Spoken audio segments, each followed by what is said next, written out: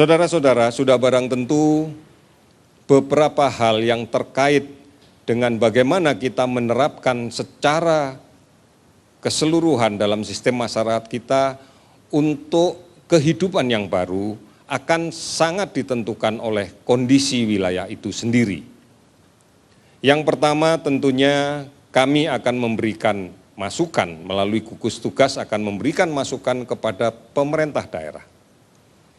Setelah kita melakukan kajian tentang aspek epidemiologi penyakit ini di wilayah itu, kemudian kita juga akan menyampaikan data-data tentang sistem kesehatan yang ada di daerah itu, termasuk juga sistem surveillance kesehatan. Atas dasar inilah maka kita akan bisa melihat bahwa memang ada beberapa kabupaten kota di tanah air kita yang tidak terdampak COVID-19. Daerah-daerah inilah yang kemudian semestinya sudah bisa melaksanakan tata kehidupan yang baru. Sudah barang tentu ini harus menjadi keputusan pemerintah daerah, sudah menjadi keputusan yang diambil bersama-sama dengan seluruh pemangku kepentingan, seluruh pihak yang terkait, dan seluruh tokoh yang ada di kabupaten kota tersebut. Mengapa ini dilakukan? Karena tahapan selanjutnya adalah harus menciptakan kondisi, harus ada upaya prakondisi yang kita berikan, yang kita sampaikan kepada masyarakat, agar memahami betul apa yang harus dilakukan. Bahkan bukan hanya sosialisasi, tetapi juga edukasi pada semua aspek kehidupan.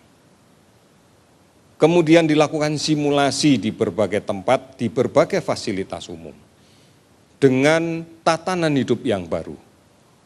Bagaimana mengimplementasikan tatanan hidup yang baru di pasar misalnya, di sekolah misalnya.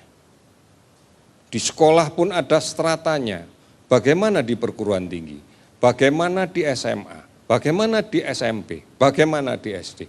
Ini harus betul-betul dipahami oleh masyarakat agar mereka meyakini bahwa mereka mampu melaksanakan dengan baik. Tentunya sepanjang perjalanan ini akan dilakukan pemantauan terkait dengan perkembangan epidemiologinya, sistem kesehatannya, sistem surveillance kesehatannya. Kita berharap dengan cara seperti ini maka terlihat betul bahwa peran yang menentukan adalah masyarakat. Peran yang paling menentukan adalah bagaimana masyarakat menyikapinya dengan cara yang benar. Inilah yang kemudian kita harapkan bahwa tatanan yang baru dalam kehidupan kita bisa menjadi cara bagi kita untuk menjaga aman dari COVID-19. Saudara-saudara, pada hari ini kami sudah melakukan pemantauan dan kemudian menghimpun seluruh data dan berkomunikasi dengan berbagai pihak yang kemudian menghimpun data ini, baik dari Dinas Kesehatan maupun dari laboratorium yang kemudian ditunjuk untuk melaksanakan pemeriksaan, serta dari rumah sakit yang merawat. Kami sudah menyelesaikan pada hari ini sebanyak 10.039 spesimen selesai diperiksa. Namun masih ada 6.525 yang sekarang sedang kita verifikasi dengan laboratorium, dengan rumah sakit yang mengirim, dan seterusnya. Dan beberapa sedang dalam proses untuk pemeriksaan. 10.000 sudah diselesaikan, 6.000 masih dalam proses. Total yang sudah kita periksa akumulasinya adalah 333.415 spesimen. Baik menggunakan real-time PCR maupun menggunakan tes cepat molekuler. Saudara-saudara, dari hasil pemeriksaan tersebut sudah terkonfirmasi sebanyak 467 positif COVID-19. Sehingga angkanya menjadi 26.940 orang. Kenaikan ini tentunya adalah gambaran keseluruhan dari negara kita. Namun kalau kemudian kita rinci lebih lanjut, bahwa kenaikan yang masih cukup tinggi, angka yang masih cukup tinggi kita dapatkan di DKI, di Jawa Timur, di Sulawesi Selatan, di Jawa Barat, dan di Kalimantan Selatan.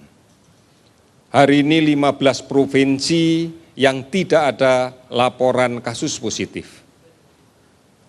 Oleh karena itu, saudara-saudara sekalian, kita masih akan terus berupaya semaksimal mungkin pada provinsi-provinsi yang sekarang masih tinggi angkanya untuk bisa kita tekan, tentunya berbasis pada bagaimana masyarakat merubah perilakunya.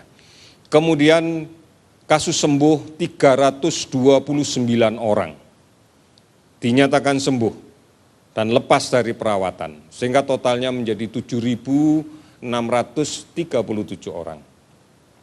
Meninggal 28 orang, sehingga total menjadi 1.641 orang.